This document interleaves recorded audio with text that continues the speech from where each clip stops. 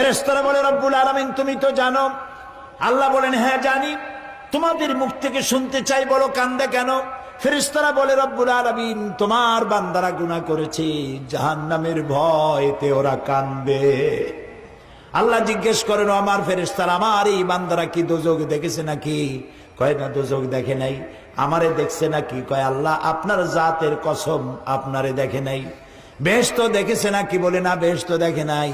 আল্লাহ বলেন ও আমার ফেরেশতারা সাক্ষী থাকো, ওরা আমার বেহেশত দেখে নাই, দোজখ দেখে নাই, আমারে দেখে নাই।